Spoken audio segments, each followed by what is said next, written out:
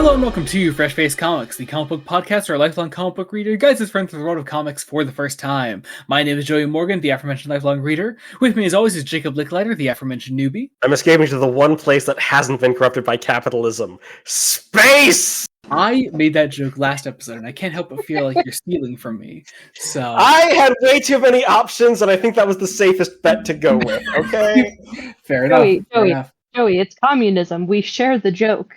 That's true. Which is why I'm so glad that you're here back joining us today. Our guest from last episode, everyone, welcome back, Kestrel. Thank you. I'm excited for more chaos. And more chaos, more fun. An episode that will definitely 100% be shorter than the last episode. I can guarantee that. Yeah, but by how much? That is the question. It could just be by like a minute. This is true. I hope that's not the case, because that would mean that I would be awake until like 1 a.m. So I hope that's not. I'm not as free to speak this time because no matter what time we end, my alarm still goes off at 5:30 tomorrow. So it is we all have jobs and life. We have life, and I'm just in the worst time zone of the three of us. So let's get into this with our second Captain. Same time zone, to be fair. Our second Captain America episode today with Red Menace. This is Captain America number 15 through 21 and the Captain America 65th anniversary special for me and Jacob, lovingly split across two epic collections because I love the way they split this up. Anyway. Marvel, you know, I'm actually going to go ahead and fucking go a rant on this because it deserves to be said. Marvel has this problem where they don't keep their fucking books in print. They really need to. And I will say, I think, you know, with us doing the epics for this, I think the epic collections are far and away the best way to collect any Marvel, in my opinion. Yeah, because they're very comprehensive. But that's besides the point. They're very inconsistent. Like, some epics will get 600 pages. Mm-hmm. These only get 4. Yeah, the modern era epics they do kind of skimp out on occasionally. Although even then, some of the regular epics get like, you know, usually like around 500-ish. So it's a thing. And that is why DC Finest is superior, because they consistently hit that 600-page mark. It's wonderful. But I'm not here to talk about why DC is better than Marvel. We're here to talk about Captain America. So, Jacob, kicking us off today, what is Captain America Red Menace about? In a non-spoiler section. I usually say non-spoiler section. Is there non-spoiler section? To sum it up in a word, fascism. Here's the thing. We start at 11 and we kind of just escalate from there. Like, my God, this thing is weird. Like, oh yeah, big time. The first issue. The first issue is a trip. I'm not sure if I need to do all content warning. Maybe, possibly, perhaps. Like, content warning would be good. Yeah. Yeah. Yeah. It's one of those. I don't think this is like Brubaker treading water, because I feel like that could be a criticism. I feel like I know Civil War is coming. That's true. That would be the next logical step in our Captain America reading. Yeah. But I don't know what Civil War is going to be, because I'm not writing Civil War. Mm-hmm. I'll say the story arcs we're reading today have very little to do with Civil War. Yeah. Here's the thing. Very last issue, and it's like a single throwaway line in the back of a panel, and I was like, oh yeah, Civil War exists. Yeah. When we do read Civil War, I'll say like its relation to Captain America is more the Brubaker arcs that come after it rather than the build-up to it. That's Civil War's relevance. It's clear that Brubaker knows where this book is going, but he needs Civil War to happen. to get his book to that point. That's fair, and I don't think he wastes any issues here. But there are like I think you also notice, considering this is like Red Menace as a trade is like 2 main arcs and the anniversary special. The second arc is a lot of like action scenes, and so it's not as like plot heavy as there are so many Zeppelins. Yes, yeah, because we got to do the fighting, and to be fair, it's a lot of fighting Nazis, and it's nice to see. It's very nice to see. But in our current climate, yeah. So it's nice. But yeah, it certainly is like Brubaker kind of biding his time, and that's okay. It's not necessarily a bad thing, but. Obviously, there's more conversation before when we do eventually get to Civil War. That is a ways off. It's more time for Steve Rogers to be sad. It's true. It's true. He's a very sad boy, and that's okay. God, there's a note in one of the later issues that I have where it's like, yeah, Steve stops everything to try to save Bucky. Like, I mean, I sent you guys the meme. That will be in the video version of this for those that watch the YouTube copy of our podcast. So I'm so glad. Yes. But yeah. I guess does that do for the main non-spoiler discussion? Because there's not too much to like. Here's the thing. I want to talk about this thing, but like I can't. There's some shit that happens in that first issue that's just fucking insane, and like, and it definitely is a spoiler. Like it's hard to talk about. It definitely is. By some shit, you mean the entire fucking issue. Yeah. Thankfully, though, a lackluster non-spoiler discussion is made up for a lot with blue sky questions. We have a lot of blue sky questions today, so let's get right into this. Let's get out of the way. Let's do the bit first. Can we just get through the bit? Get through the bit. Yeah, let's do the bit. All right. Jamie, our friend Jamie at Jamie at Jamie dash season 7 bluesky.social says Red Menace ? With a picture of Atrocitus and the Red Lanterns from DC's Green Lanterns, and I forget this character's name from Vanna Capoletta. I'm so glad you remember that, because who remembers this character's name from Voyage of the Damned? I have watched Voyage of the Damned way too many times. I don't know why. I think that's just a bad thing. It is. I think that's called being a glutton for punishment. It's true. Unless you just really like Kylie Minogue, which I guess is also fair. Very true. Our friend Kian at Kian the Quark.BlueSky.social says Crossbones ? With a picture of, I also forget this guy's name, from Doctor Who Flux. This is Passenger? Is that his name? I forgot his name. Look, I watched Flux once, and I stopped 2/3 of the way through and had to finish it later, because it was It was. That's what I'm just gonna say. It was. I'm not gonna start that argument. Yeah. It was. Our friend Rachel at Chelsea Shells Blue Sky Social says Red Menace ? With the red wax Matt Smith from Doctor Who's The Crimson Horror, as well as Diana Rigg in The Crimson Horror with the red leech thing on her. So there's that. And then Yeah. And then as always, our friend Rose Panda at Joey Can Read This Stuff, Blue Sky Social, says Crossbones ? With his own version of it, as always, with the skeleton Muppet from Muppet Treasure Island, which you gotta love some Treasure Island representation. So there's that. We had a really chaotic bit for this one. This one went really far. I think I hate to say this because it's going to go straight to that motherfucker's ego. He was the only one who got close, I think, to making sense. Close to what? Close to what? I wonder. Because I think this will give me an insight into what your personal goals are when we get into this bit, Jacob. The bit has to at least make sense. You can't just be like, oh, they both have red in the title, so they're the same, Jamie and Rachel. I do kind of love it, though. It is very funny. I like that. I get it, Jamie. You've been reading Jeff Johns' Green Lantern. You've now read more than me. It's fine. You can't tell we're recording this at night, and we're all kind of crazy. the picture that he used for the Red Lanterns, though, was from their solo series, Red Lanterns, not from the John stuff. So there is that. Yeah, but he only made the reference because he finished the John stuff today. That's true. That's true. Rose Panda also says, getting into regular questions, have any of you seen the episode of the animated Avengers Earth Mightiest Heroes episode that adapts the Winter Soldier storyline? And if so, what do you think? I have not. I've been meaning to watch Earth's Mightiest Heroes for a long time. My brother has, actually, and he says it's very good. But no, I've never seen it. I was about to say I haven't, but I really, really want to.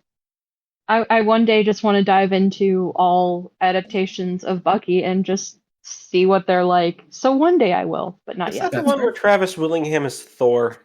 No, that's Avengers Assemble, I believe. Okay. Because Earth's Mightiest Heroes is the cartoon that ran up until the MCU got really big, and they decided to make a cartoon that was more MCU-esque, and that's the Travis Willingham one, is the MCU-esque one. Yeah. So there's that. I think Earth's Mightiest Heroes has, I think it's Fred Tatasciore as Hulk, because no one else is allowed to play Hulk, which is totally fair. I mean, Fred Tatasciore is Fred Tatasciore. Anyway, our friend Rachel then, I'm going to do these in like a rapid fire format, because I love the format of this. So, Jacob, rapid fire. How anti-communist is this book? Like, not at all weird. I was expecting some anti-communism. Not at all. Like... is Red Skull in it? Do they call is Red Skull in it? Do they call him a communist? Yes, no. Who's the woman on the cover? Who's the woman on the cover? Is she a communist?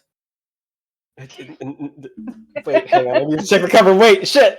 No. Agent 13, I believe, is the character that she's referring to. No. Is Crossbones a communist? Is Crossbones a pirate? Fascists. They're fascists, Rachel. Is anyone in this story a communist? I don't think so. Also, what the fuck is a Red Menace? I can't think of a single thing that could mean. Oh, I mean, it's the intersection of fascism and capitalism. And also funny joke is Red Skull. It's used in the same way that my family and I refer to El Presidente as the Orange Menace. That's fair. That's fair. Yeah, no, yeah. I really did love that, Rachel. That was great. Kian then also says, more Binky Barnes adventures. I know Kian explained this joke to us in between episode recordings, and I forget what it is already. Here's the thing. I have a head cold, so I cannot remember for the life of me. Kian, we're sorry. We failed you twice in a row. I just know, like, on Tumblr, it's like a running joke to spell Bucky's name wrong. Some of my favorites include Bucket and Bonky. That's fair. Bonky's fun. I could refer to him as Bonky. My favorite. I could see that. Then we have a set of questions from our friend Mason at the GD256.bluesky.social. Says, 1. How do you think the MCU does in portraying Captain America? Is it successful, and are there problems? Yes. That's yes the trouble. To all of that, pretty much. Like, yeah. Here's the thing. It does a good job. I want to say maybe through Civil War. I don't know. Honestly, I think rant. I will not get into my 3-hour Avengers Endgame rant. I was gonna say I'm gonna be real. I'm not gonna lie. I've never really had any big problems with Steve's characterization in the MCU. I have a lot of problems with the MCU. I've just never had a problem with Steve. I think they start to misuse him. Mainly, they get through Civil War and they're like, well, we don't know what this guy's motivation is anymore. So he can just fuck off to the 1940s, I guess. Well, it's almost like the thing that they're adapting Steve's arc from. Gets to a certain point where spoilers. But it's not a spoiler because there's a story called "The Death of Captain America," and it's almost literally on one of the covers of the books that I'm reading. It's almost like they should have just done that, but they didn't. So, but honestly, no. Characterization wise, I've never had a problem with MCU Steve personally. So, I like Steve. Yeah. It says two. What are 2 things you loved about this comic and 2 things you would change? Can I say that I loved how batshit it got? Like, yeah. My God, this thing goes batshit insane. Also, I'll say this because this isn't a spoiler. I'll say there's a character called Sin in this, and I adore that character. it's in a way it's Brubaker's tribute to Harley Quinn, but also not at all. Like Totally. Yeah. I was thinking that while I was reading it. I'm like, she's like Harley Quinn, but She's exactly. But the relationship is healthy. Yeah. Oddly, yeah. as healthy as it can be. Yeah. That's true. Relationship with who? You'll never know. Stick around for spoilers. What would you change though?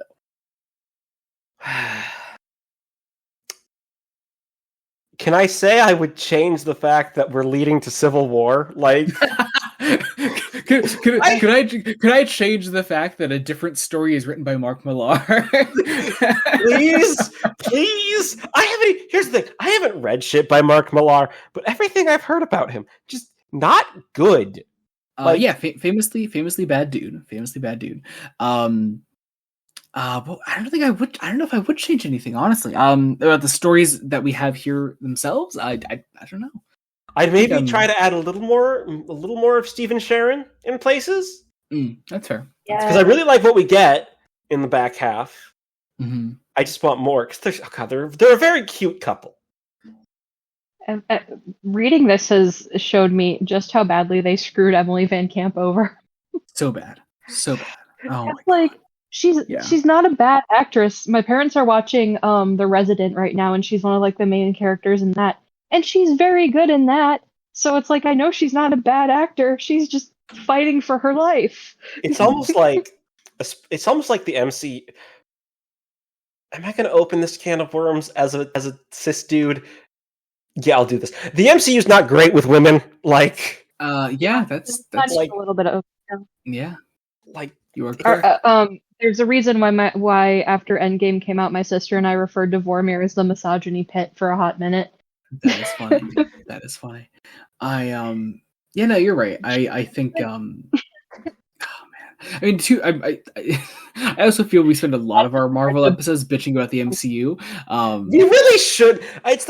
Here's the problem: is that's like, sadly, my biggest point of reference for Marvel. Well, that's fair, and that is why I would love to get us to a point where that does not become the focal point of every Marvel conversation we have. I think you guys need an episode that's just you guys bitching about the MCU to get it out of your system, and then you know what that might help actually. Fight me back when you bitch about the MCU. That would be please invite. Yeah, we'll pencil you in. I mean, totally. Mason's third question: how much do politics affect the story? Asking because the name is literally Captain America. In this case, I'm honestly I don't think too much in these particular stories. I mean, there is some very determined parallels between the rise of Islamophobia in the post 9/11 United States and the rise of fascism. That's also fair. Like it's there. Brubaker isn't subtle about it. Here's the thing. I think I've said it before. I love it when a comics writer gets pissed. I love it when most writers get pissed and just start getting so pissed that their anger can be felt palpably on the page. Usually it leads to their best work. But sometimes also Ed Brubaker just wants to write a silly tribute to the Golden Age, and I can't wait to talk about the 65th anniversary special. I love it. I love the art specifically too. Oh God, I adore that issue. Mason then says, knowing my luck, in the cover art, the story is extraordinarily political, and the last question is a bit silly. But he says, which famous science fiction war would you put Captain America in, and would they win? I don't know. I don't know a lot of science fiction wars. I mean, I like it a Star War.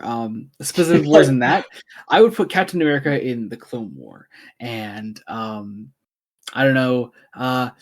He says, would he win? No, there are no winners in the Clone Wars. That's so maybe no. I think the answer is no. I had a similar interview to a Tumblr follower asking me which Marvel character I think would have the best chance of surviving Squid Games. I have never seen an episode of Squid Game in my life. Nor have I. So I was just kind of like, You're asking a lot of me there.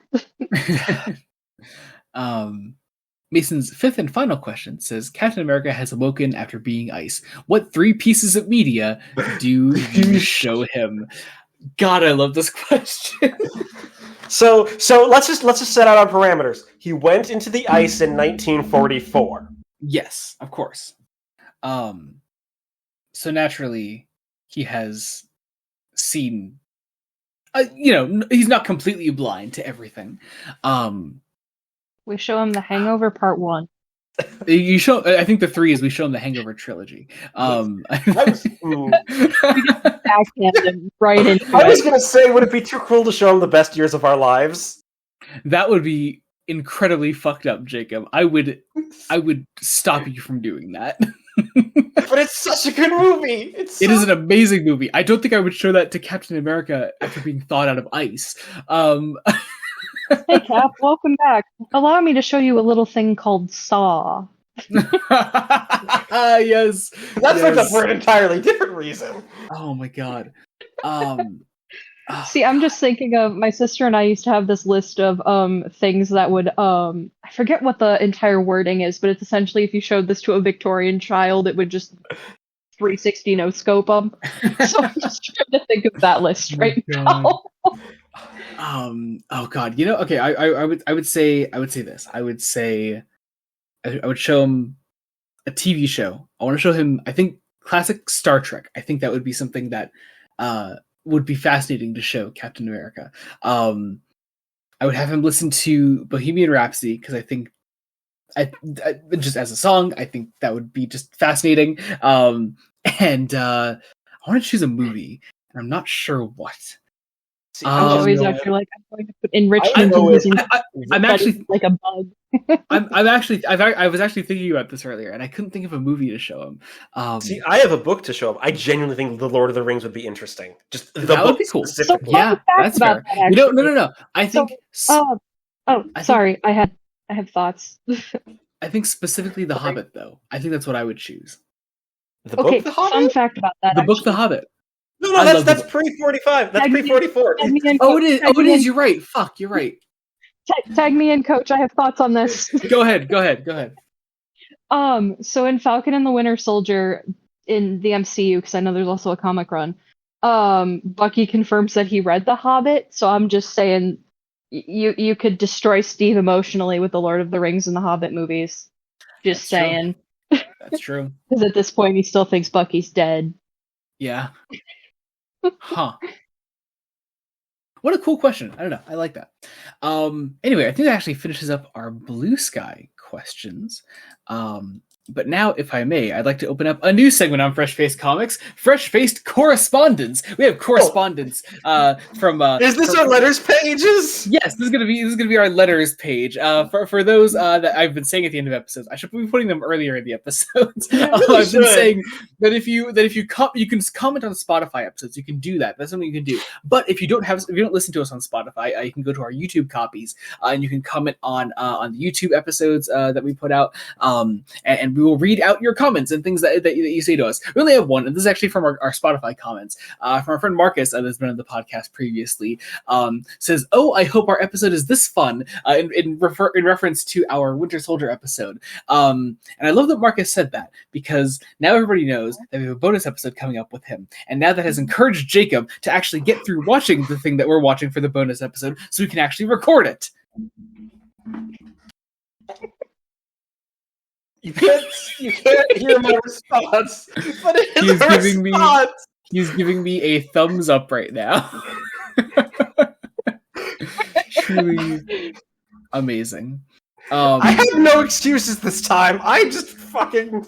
We don't need to talk about it, okay? Okay. I was on a roll for a little bit, and then you were, and then you failed. I blame Shelley Winters. Jacob, I think you're just a lazy bitch. Have you considered that? I blame Shelley Winters. I don't know about that, Jacob. But Jacob's just over here like, Your Honor, please, I was going through it. But Jacob, Julie Newmar. This is true. Wait, shit, I did those episodes, so I can't blame Shelley Winters anymore. Exactly, you can't. So, what's your next one? I can't think. I'm halfway through the Clock King one. Anyway, we're watching Batman 66 for a bonus episode. I was originally hoping to get done by the end of March, and it did not happen.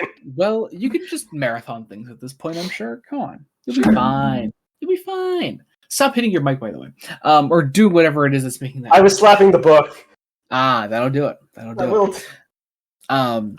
Anyway, yeah. So that was Fresh Face Correspondence. If you want us to respond to your letters and comments into us, you can make them as lengthy or as not lengthy as you want.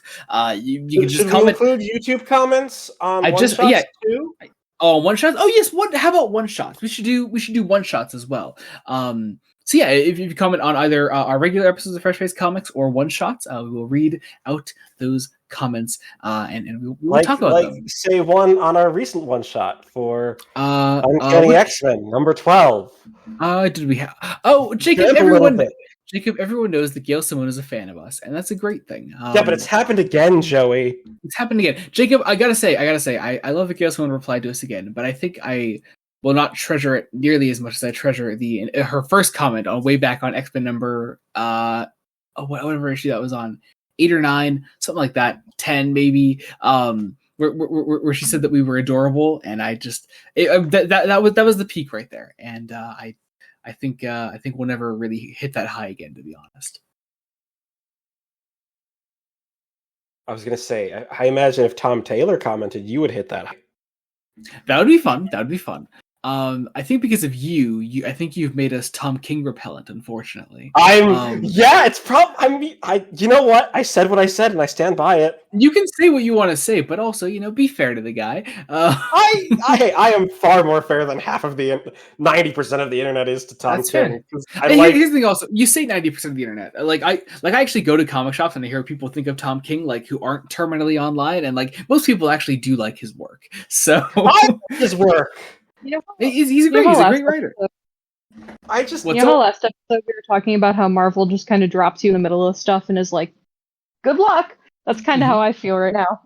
Sorry. No, we do a lot. You're totally fine. It's just funny.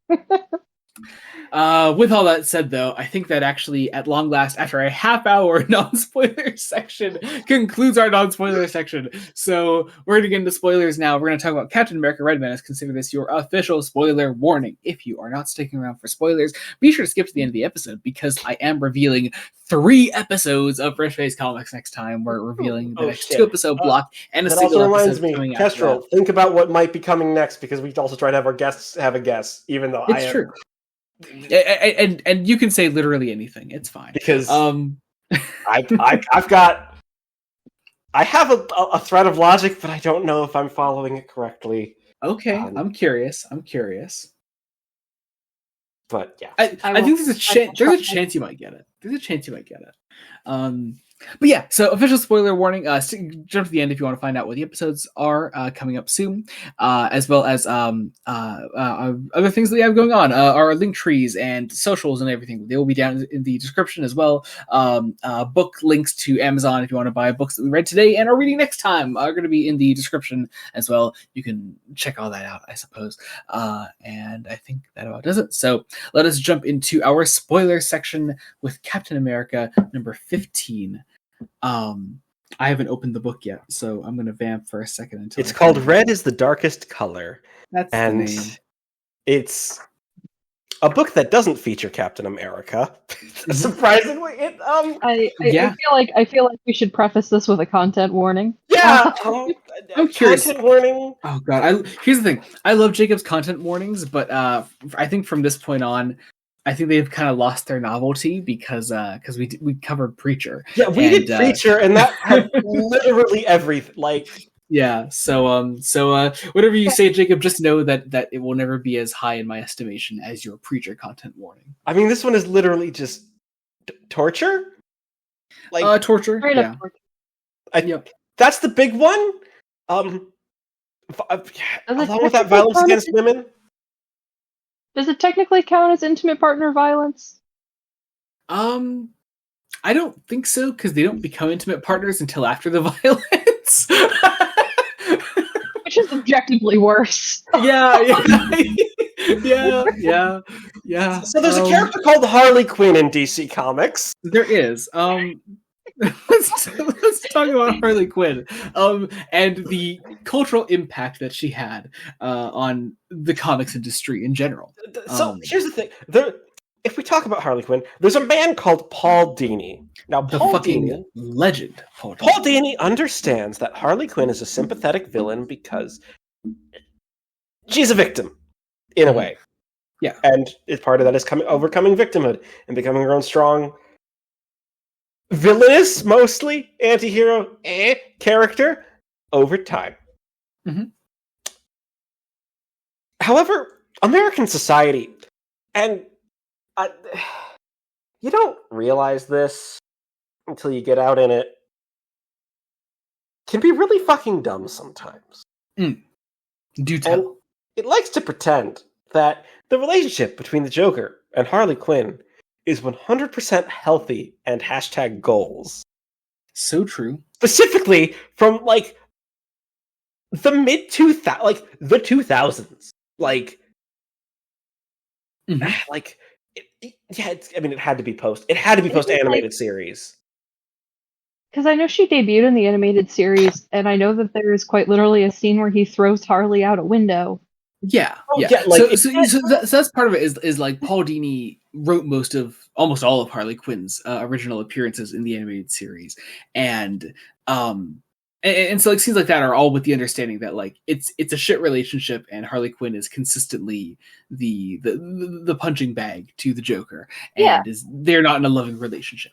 And most of the best Harley episodes are the ones where she is as close to in a lesbian relationship with Poison Ivy as you can get on children's television in the 90s. Jacob, I've watched that episode a great many times, and my God, it's just text. It's just there, man. I was going to say it is almost text. It's not subtext. It is bashing you over the head with a lead pipe text. Yeah, it just cannot say the word lesbian. Yeah, they're so cute together. Anyway, so. What does this have to do with talking about Captain America number 15, Jacob? Here's the thing. This is going to be weird. I think Brubaker gets it. I think so. Brubaker gets it. I think so. Here's the thing. I think a reader could read this and get the wrong idea because, once again, the American public can be dumb and not actually pay attention to what's being said. I like that you think it's exclusively America, which is... Well, listen, my cultural context is America, so I don't necessarily want to talk about the rest of the world. Let's keep in mind that Harley Quinn as a character is a global phenomenon, so... I'm annoyed that my camera's on because I'm, my head is going... My face... Because I have a head cold, my face is going through a lot. I love it. Anyway, so...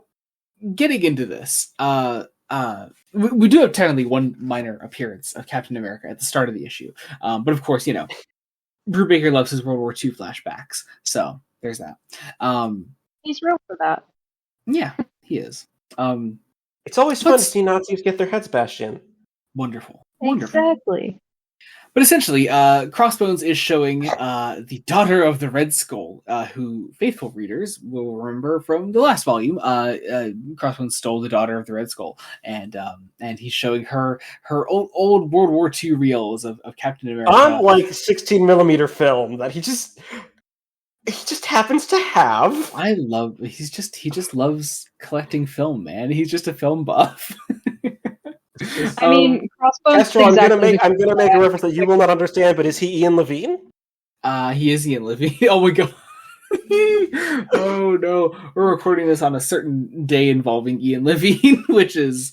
Wait, what did I miss? Did you miss this? Ian Levine made it into a newspaper for his recreating Lost Doctor Who with AI, and it's very funny. No. Here as this cover, this is such a crazy tangent to be going on right now on this comic book podcast, but as he said on the Hell site that once was Twitter, I'm seeing this shared here. The wonderful article in the New York Post was online yesterday, but today is a whole page in the actual newspaper itself. It will become very collectible. So I just suggest that everybody that can do tries to get a copy for themselves. Yeah, because when this is over, remind me, and I will give you the backstory on this bullshit. It involves AI animating missing episodes, clearly using fan reconstructions as the base, and it's really bad. It's bad. It's so funny. It's layers of bad. By, paying artists. Yeah. But Jacob, animations are bad. Animations are bad because they're not exactly like the original story. This is not a Doctor Who podcast. What are we doing? Yeah. Anyway, back to. I have to describe what the fuck this issue is. Yeah. So Crossbones is a big meanie pants, and essentially he's going to torture this poor young woman into remembering becoming a Nazi again. Yeah. What a strat. It's like the meme of the left was mean to me, so I became a Nazi. Yeah. Except you were making fun of Crossbones for collecting film, but I don't know, in my experience, he seems like the exact kind of guy who would be a film bro, and like the insufferable kind of film bro. That's fair. He's definitely seen Fight Club at least like 50 times. And he absolutely relates to the main guy whose name is escaping me. Tyler Durden? ?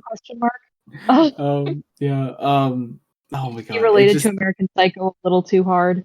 Oh yeah. So here's the unfortunate thing is these are actually good films, and I hate it's like me enjoying Zack Snyder films, which I do. It's like I hate the extent to which people take them. Just anyway.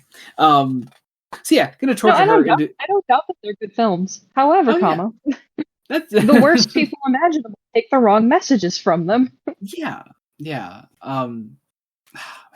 Also, I want everyone to clip Jacob out of context saying I became a Nazi, which I think is just incredibly funny. Anyway, so we get a flashback then to the Red Skull briefly after the birth of his daughter, who he plans on the Isle of Exiles. He plans on killing this infant daughter of his immediately because he did not father a son. Is this what they meant when they said they're aborting babies in the 9th month? Yes, this is it. They pictured Red Skull about to toss a baby off a cliff, flinging his baby off a cliff. Amazing. So much for the far and left? ?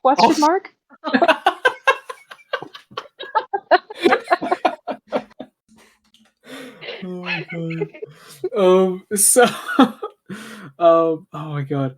So anyway, Red Skull is convinced to not kill his child, but is also specifically gives specific instructions to be make sure the baby has a tough childhood. The baby must suffer as I have suffered. Amazing, truly amazing. She gets to live, but at what cost? Yeah. Meanwhile, in the present, Crossbones tosses her into a room on her own, and she begins to remember the process that she was put through to lose her memories of being the Red Skull and brainwash her to not be a Nazi. Yeah. And so, to be fair, we're describing this with low energy because we're all very tired, I'm sure.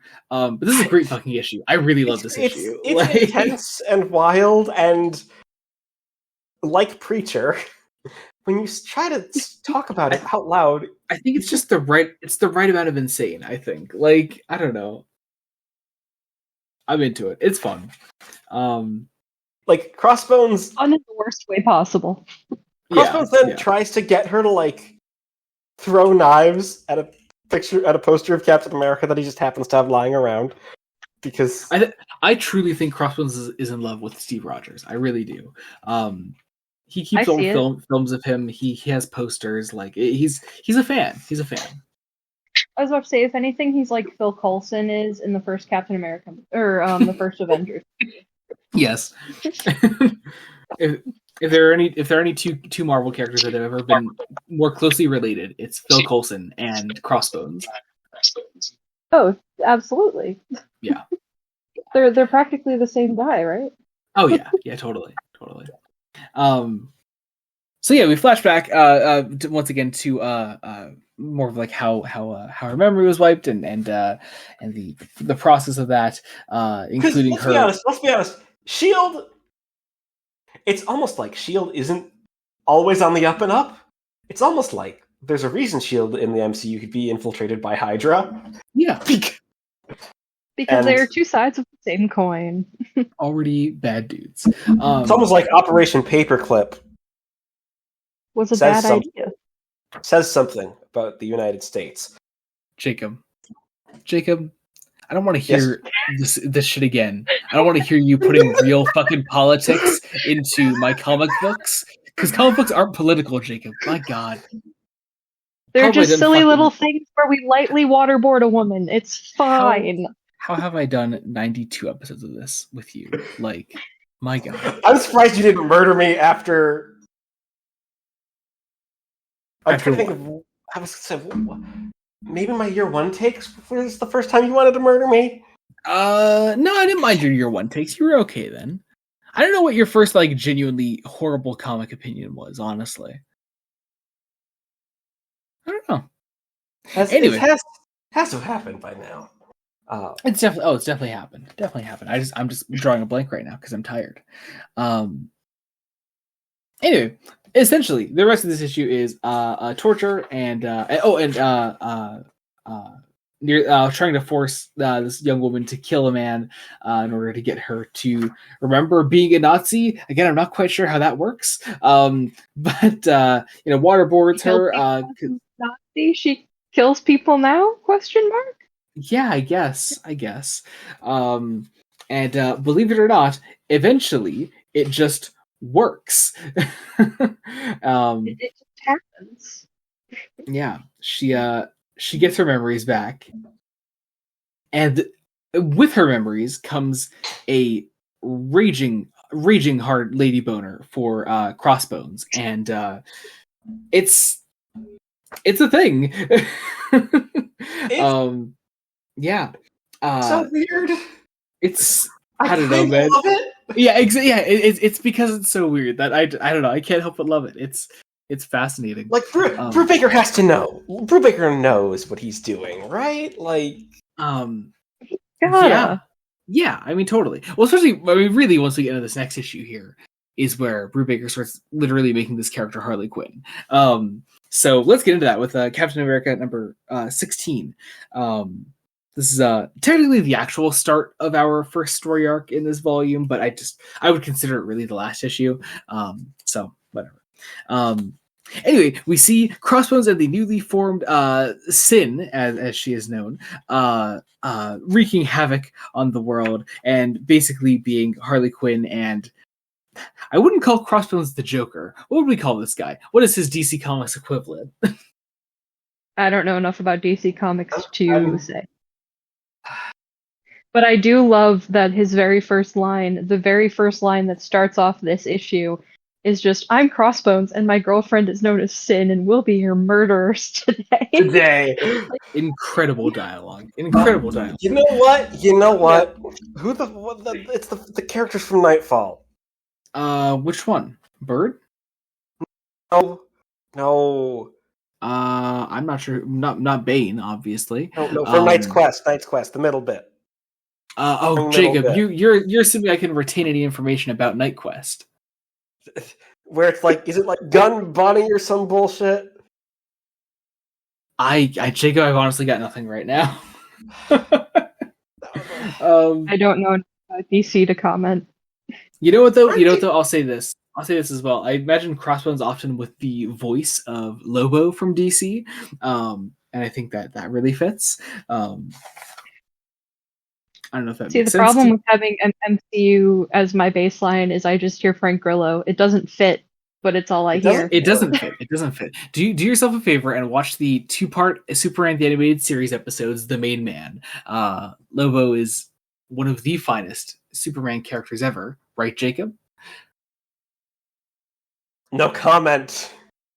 Right, Jacob? No comment. Jacob, maybe that was your first truly terrible. I was gonna say it's probably my Lobo You takes. don't like Lobo. I was about to say, I love the barely contained rage. But yeah, anyway, we see Crossbones and Sin wreaking havoc on everyone. Robin C. Banks, and they are in love. They're in love. Kansas. Why in the name of God would you go to Kansas? That's my question. That is, it's a good question. It's a good question. My entire family is from Missouri, or my dad's side of the family, I should say, is from Missouri and Kansas. I can say that. We then at long last catch up with Captain America once again. Steve and Sharon are together, looking into the reign of terror of Crossbones and Sin, and trying to track them down. We do get. Do we get any Bucky conversation here? I think we do, right? Yes, we do. Like half a page in, because it is truly the only thing on Steve's mind. He's very concerned about Bucky.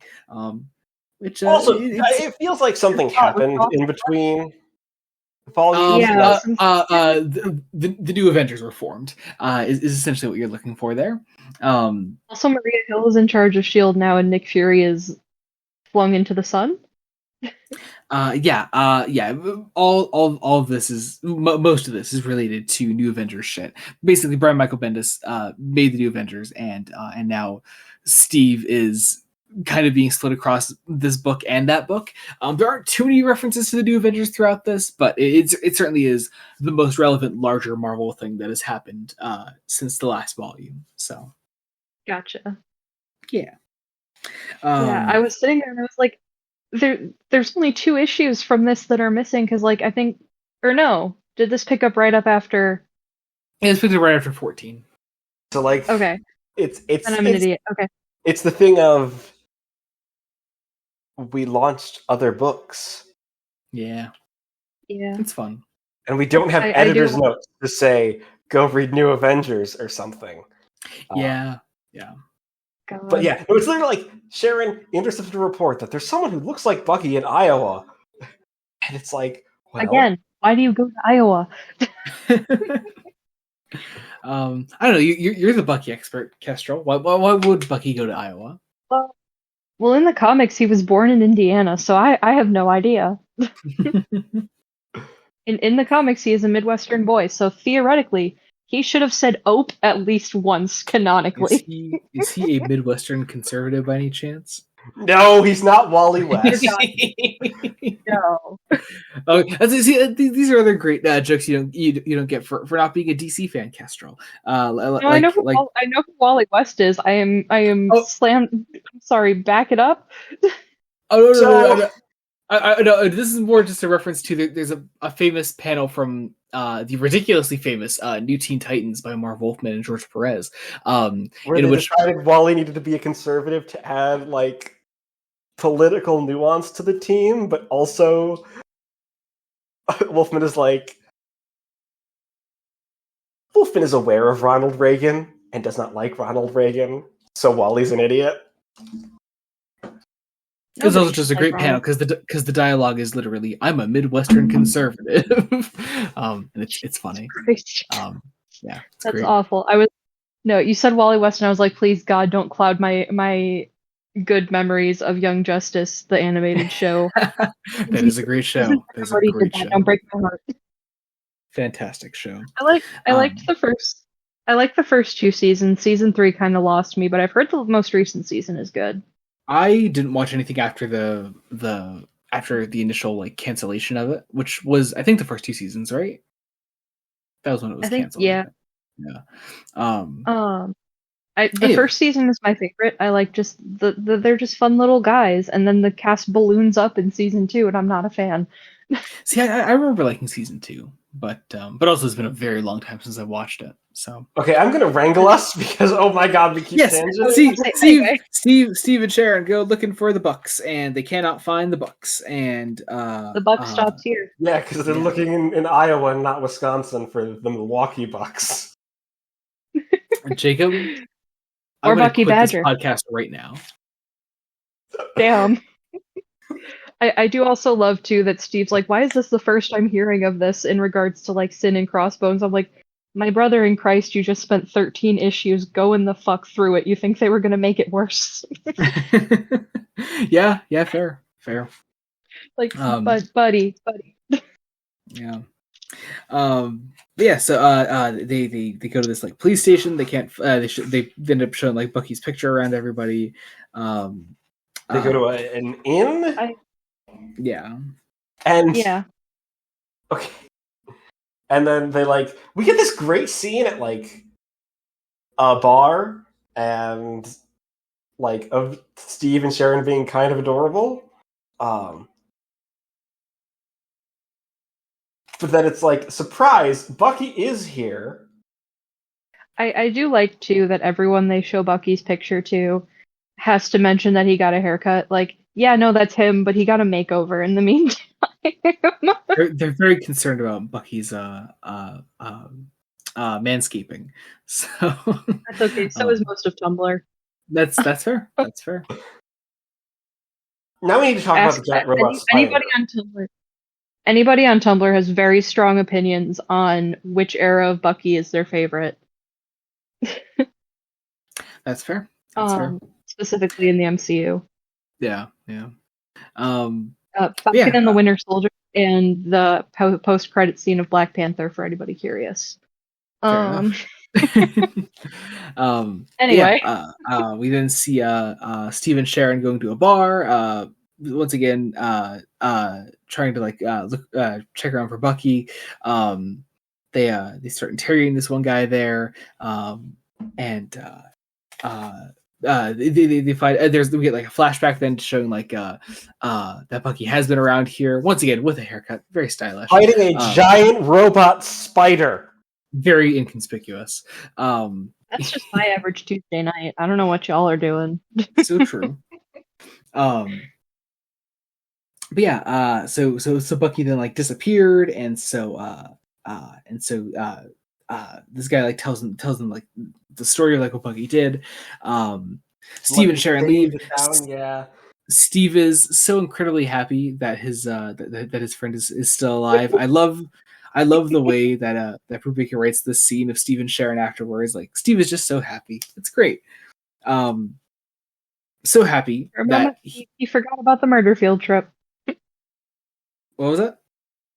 I said for a moment he forgot about the murder field trip. Yeah, exactly. So happy, in fact, that he gets a happy ending. He did. Jacob. And nothing ever wrong with Captain America again. Ever again.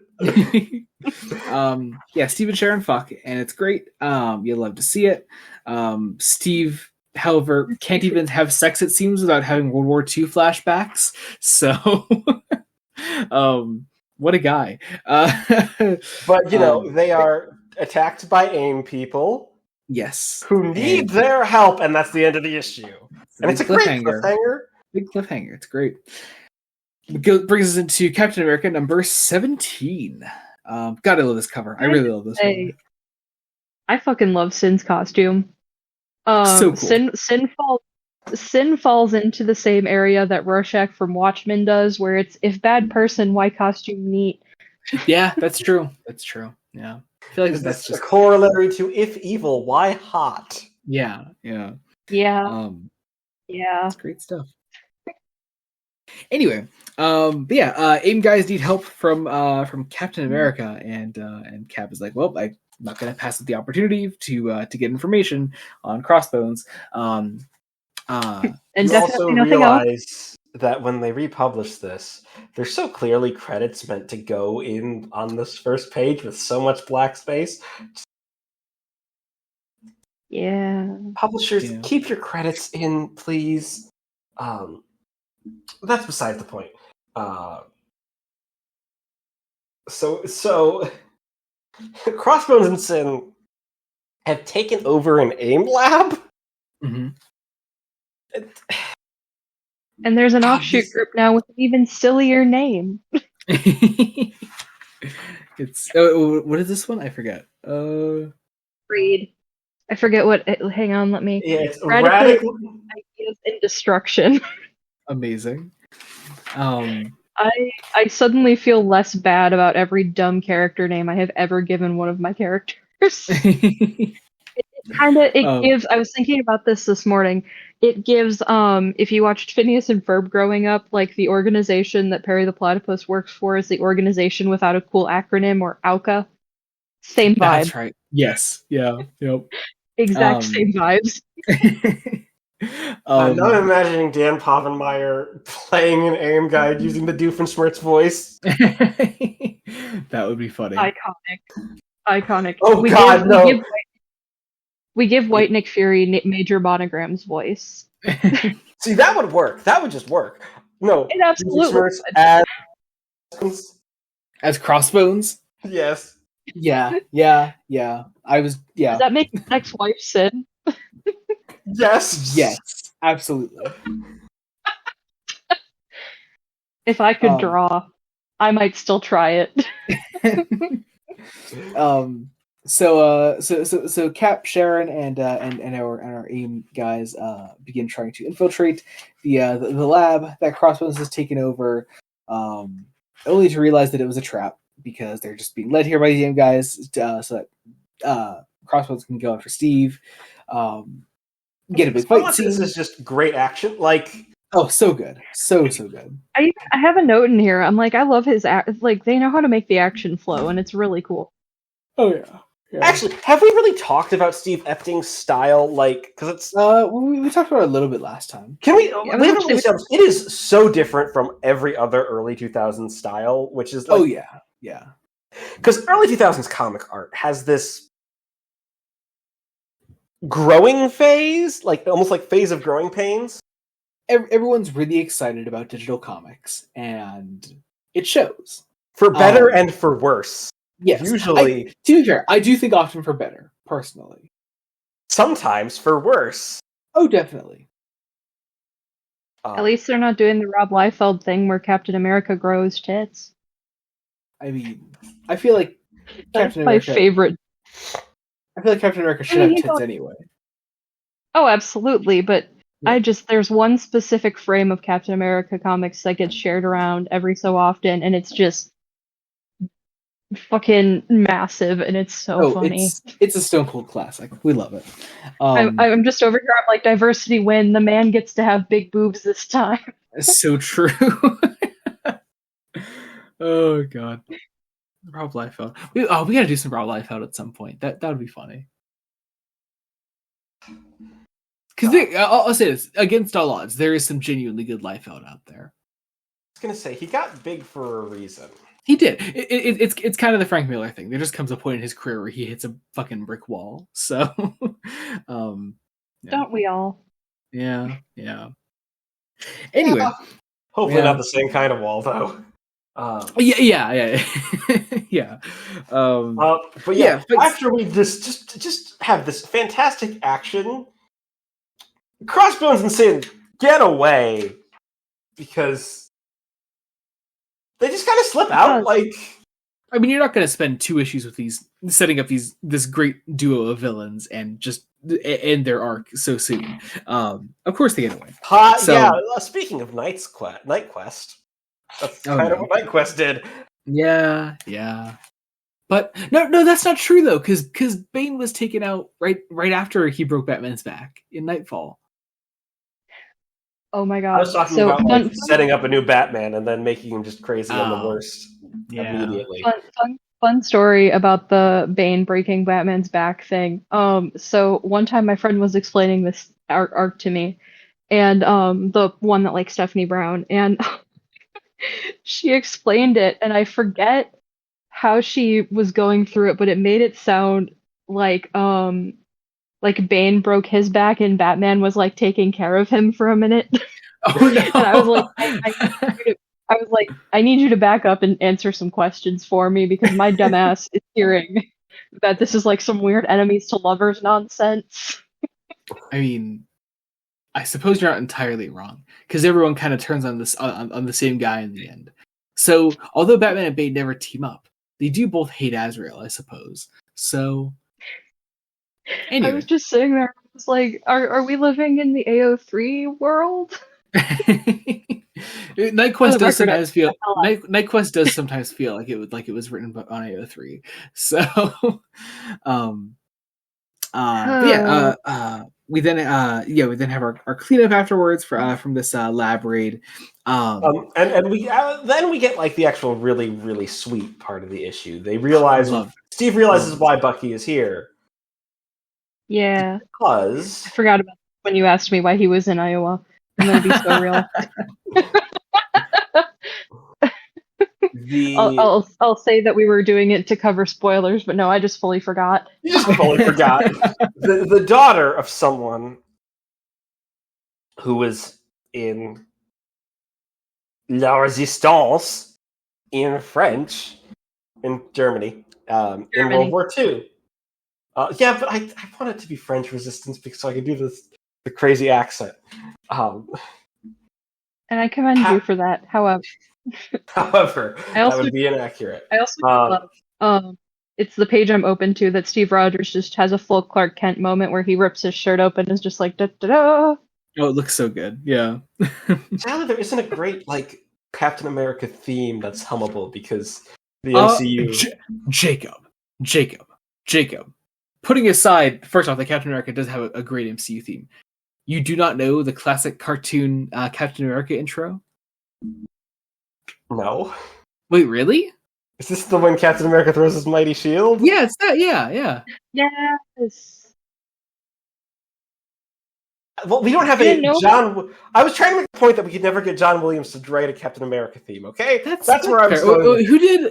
Who did do the first Avengers score? Because I do like the it's Silvestri. I believe it's Silvestri. Oh, okay, yeah. I like the Silvestri. First Avengers and Avengers are Alan Silvestri. Henry Jackman does the rest of them, if I remember correctly. I feel like I pretty easily know the Captain America theme. It's that dun dun dun dun dun dun.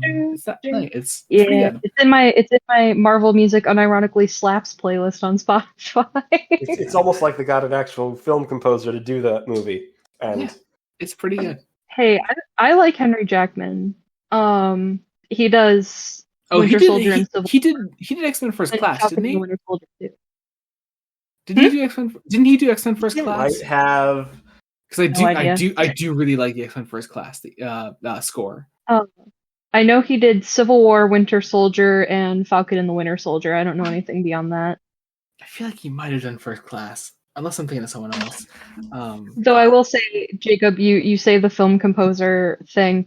Danny Elfman's score is one of the few things I enjoyed about Multiverse of Madness. So Multiverse of Madness slaps. I will not hear Multiverse of Madness. It's one of those things where I have fun in the moment, but if I think about it for longer than like half a minute, I get angry about it. I think it's just nice that Sam Raimi made an actual movie. Like. That's fair. What were you saying about not bitching about the MCU? It's just so nice. No, I was giving you a compliment, Jacob. That's a compliment. All I'm saying is I was promised Marvel's first the MCU's first scary movie, and I'm sorry, but it was not. There are a fair few classic Sam Raimi scares in there. I really love some of the. I will say, Wanda fighting the Illuminati. There are some horrifying kills in there with what mouth gets me every fucking time.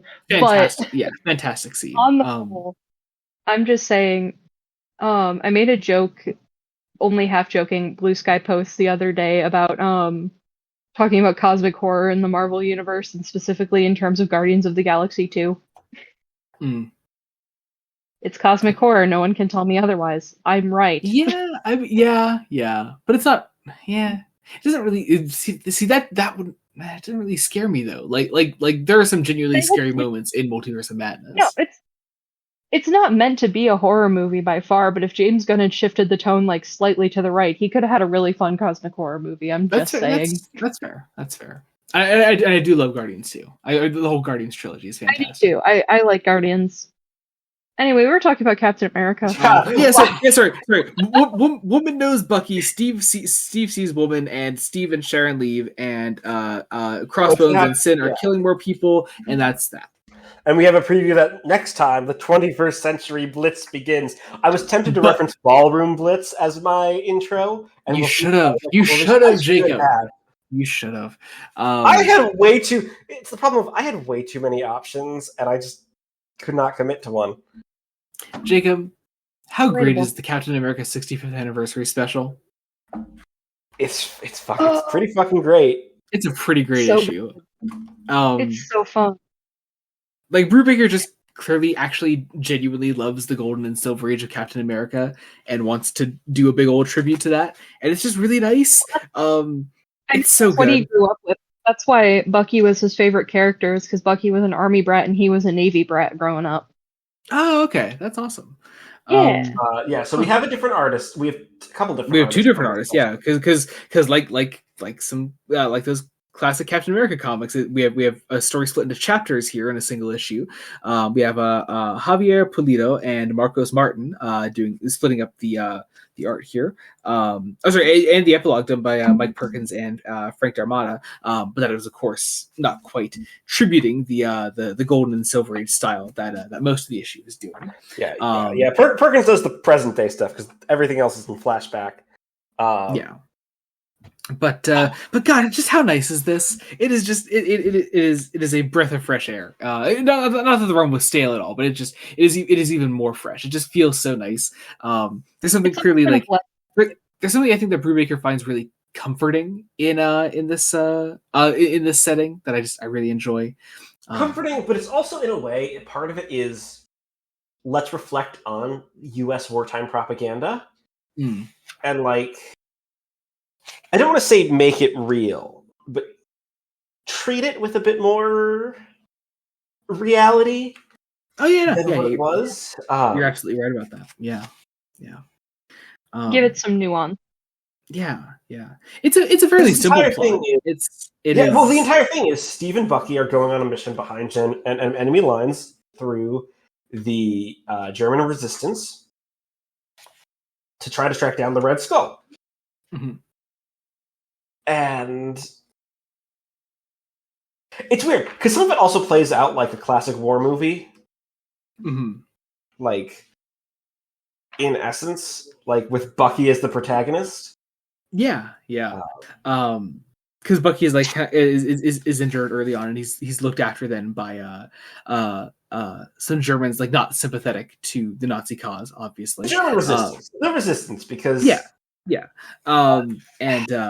there's this often idea that like in a fascist regime everybody just complies, and it's like no, people are still people. They still find their pockets of resistance in whatever way that they can. Brubaker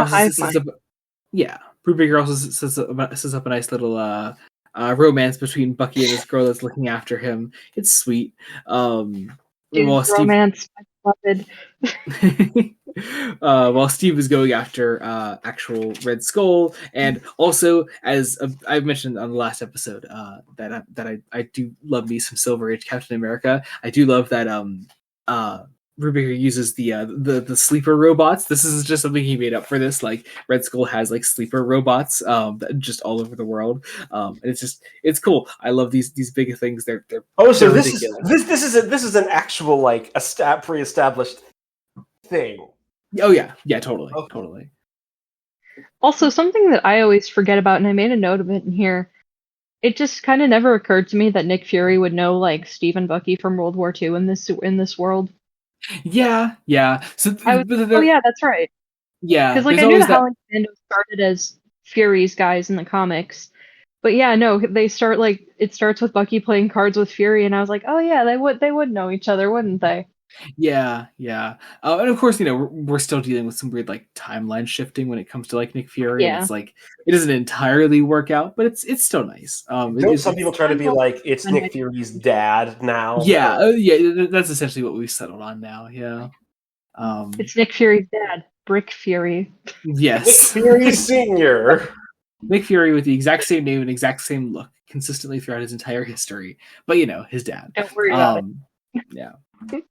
It's almost like Marvel should just stop being a slave to this everything is one continuity thing. But whatever. That's the coward's way out. Anyway, but there's not too much to comment on aside from that. It's a nice issue. It's a really nice issue. I love reading it. It's really charming romance. We get a great epilogue as well in the present day, showing Cap and Sharon talking about these this particular adventure, because it wasn't just a random adventure being told in this special. It is Steve telling Sharon about a mission that he went on with Bucky once, and specifically about who this woman they went to see is, how her mother fits into all of this. Mm-hmm. Another thing that I just noticed because I was looking at my notes, we glossed over the fact that Steve Rogers just casually drops that he can run a mile in under a minute. Yeah. I mean, Quicksilver nonsense. Of course he can. I know, it was wild. Also, the scientist that Red Skull kidnaps, straight up looks like Toby Jones in the first Avenger. Yeah, kind of.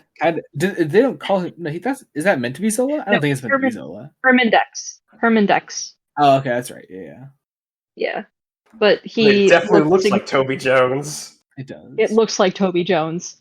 Yeah. Like, I like to think that when they were working on his character design, they just plopped that image in front of the costume designer and went, this. God, remember when Toby Jones was in the MCU? Crazy time. Remember when Stanley Tucci was in the MCU? Remember when fucking Hugo Weaving was in the MCU? And Tommy Lee Jones? Have that tension. Like, what a great fucking cast First Avenger had. My God. Absolutely insane. Anyway, we do also get a little Red Skull. Say what you want about the MCU, they have an ability to stack their casts. Yeah. But also, I feel like First Avenger feels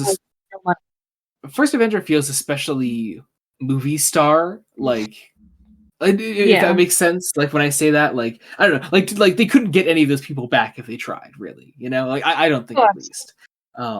They got Toby Jones back for one more movie. They did. But Tommy Lee Jones, Stanley Tucci, Hugo Weaving, they could never, you know. Hugo Weaving specifically did not come back, but they also got Toby Jones back recently too for an episode of What If. Oh, that's true. I did forget about that. Yeah, that would have been really good if I had cared about What If by that point. See, I did watch all of What If, and I did like a fair bit of the last season. See, I didn't like I'm halfway through the last season, and I have mixed feelings on it. I think season 2 is the strongest. I did love season 2. Oh my god! I mean, the best episode of the whole show is the Kahori one. I think it's just one of the best ideas the MCU has ever had. Fantastic stuff. I need Kahori to come back, mainline, because she's such a cool character. I still need to read that. I still need to read that actual comic they made with her, because I loved her character. She's great. I will also say I think a close second is What If Strange Lost His Hands Instead of His Heart. That one's a good one. That is a classic. That I do love that one. But yeah, no, I don't know. The first season, it's very much a mixed bag for me. There are some that I really liked, and there are some that I really hate, and it directly correlates to when they tried to shove a through line into my fun anthology series. There's a way to do it. And Marvel didn't do it properly. That's fair. I think I'm mostly okay with the way they did it.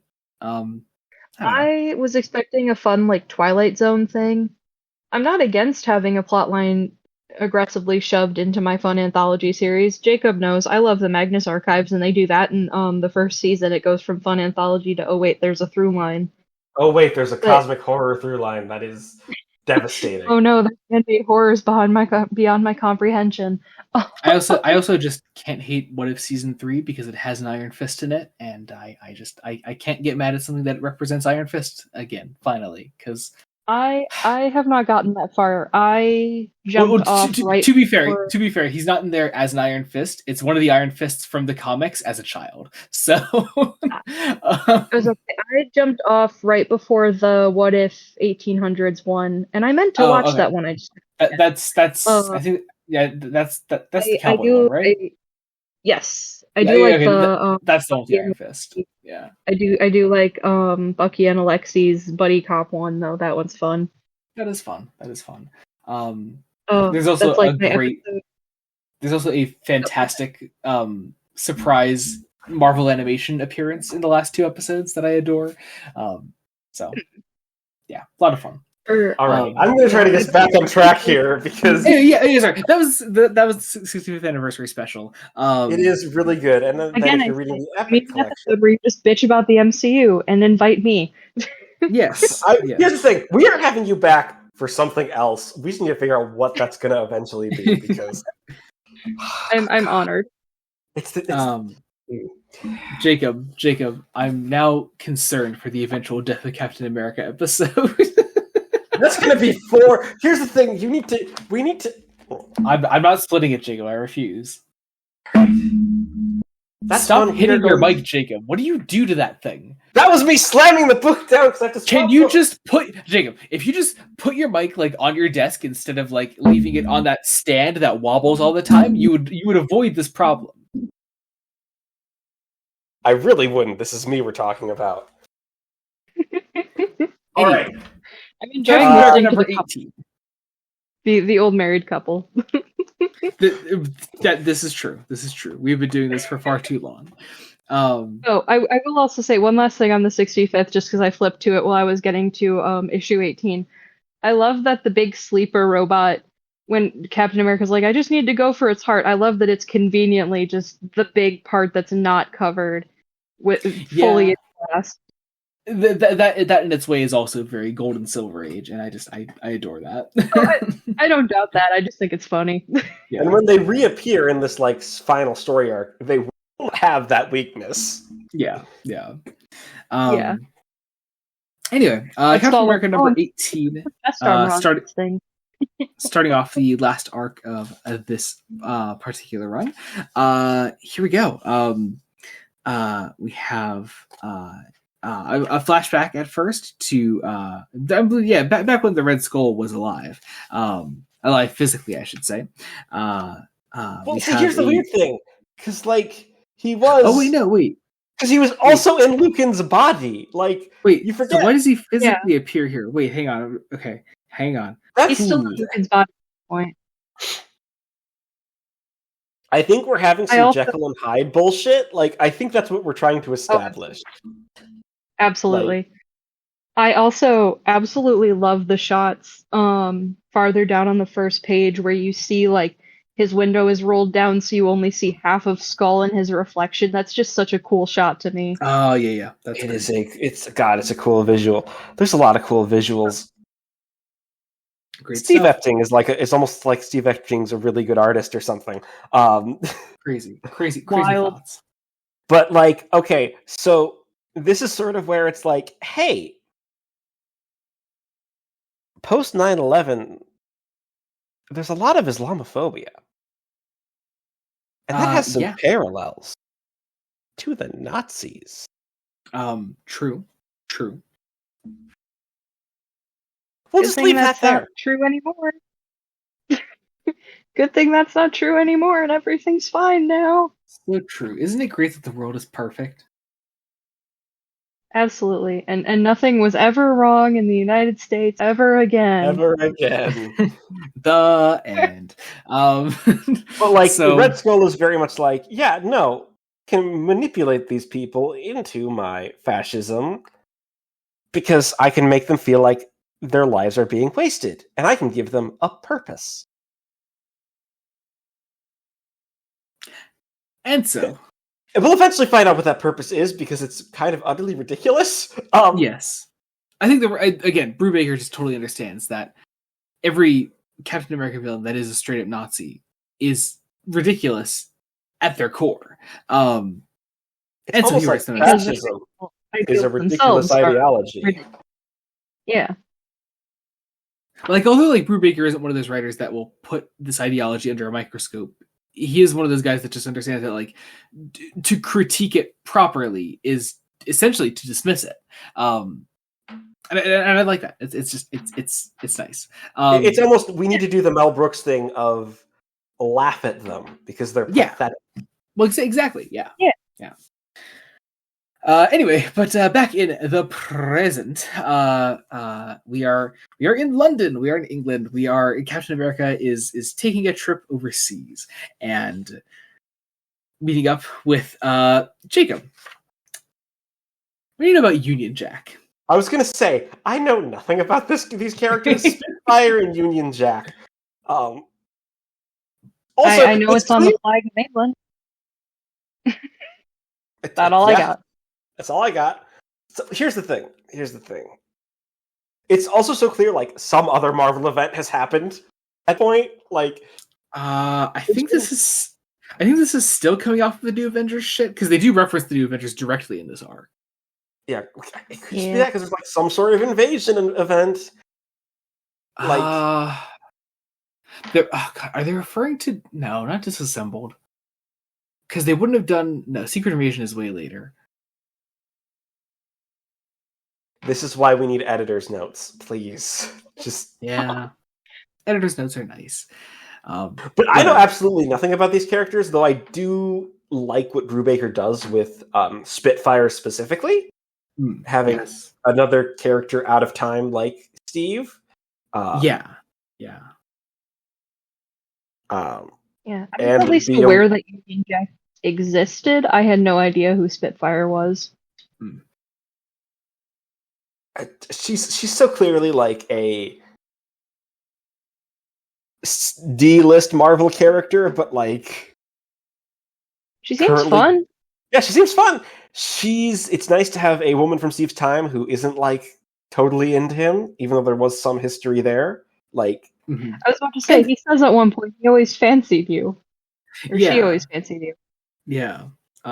Yes. There was always like the implication of history between them, but Brubaker doesn't like super lead into it. Like, it's just like, no, it's just they have a Steve Rogers. Yeah. Including Crossbones. Also in London is Guess Who, our good friend Bucky Barnes. Why is he here? I actually forget. Why is he here? He wants to murder Lucan. Yeah, because Lucan is there. He wants to blow up Lucan, which, man after my own heart. So true. And so, we have... Specifically, Steve said he doesn't think Bucky is planning on surviving that, which hurt a little.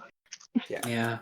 So, Steve's plot is we need to infiltrate a ship that the Cronus Corporation has in the harbor. So, a lot of this issue becomes pretty dialogue light for quite a bit. I think the rest of the arc gets that way, honestly. Yeah. We cut away to Dallas, Texas, where Crossbones and Sin murder some businessmen and steal a private jet, and it's just... It eventually does cross over with the arc, but it's just kind of nice to imagine that occasionally we're just going to cut over to them just up to some crazy bullshit, and that's it. Meanwhile, back in the US. Yeah. Meanwhile, back in a Tarantino movie. Yeah. God, you know what? Crossbones and Sin as a duo do kind of feel like Tarantino characters, don't they? I mean, this is right after Tarantino made Kill Bill, so... Yeah. Maybe there's some influence there that we're just... I would think more specifically they feel like oh my god, I can't think of their names now. The parent Pulp Fiction. Yeah, exactly. Yeah. Tim Roth and what's her face? Yeah, it's Amanda Plummer. Yeah. Amanda Plummer. Mm-hmm. Is it Amanda Plummer? I think it's Amanda Plummer. It is. Yeah. Yeah, it feels like that. I had never made that connection before, but that makes a lot of sense. Anyway, we have Steve, Union Jack, and Spitfire infiltrating this ship and fighting. And it goes Nazis to a point where the issue ends. Where we're up against... I can't say it with a straight face. Say it, Jacob. The master race. Yes, Jacob. Say the title of a Frank Miller book. What? Oh yes, so you know famous Batman story, The Dark Knight Returns. Yes. Okay. And you know, as a famously really bad sequel, The Dark Knight Strikes Again. So eventually, Frank Miller wrote a third part of what became a trilogy known as Dark Knight 3: Master Race. It also now may be a quartet, depending on how you count some one-shots. There are like 3 different side books that are part of that. and then also other miniseries that Miller considers part of that universe. So, it's a problem. It's a lot. There's a lot to unpack there that I don't feel qualified to get into. Yeah, I don't think anyone's qualified to examine the mind of Frank Miller. I tried, and it kind of left me speechless. Like, it's yeah. Just you read saw his my Daredevil. notes. Just read his Daredevil, and you'll be fine.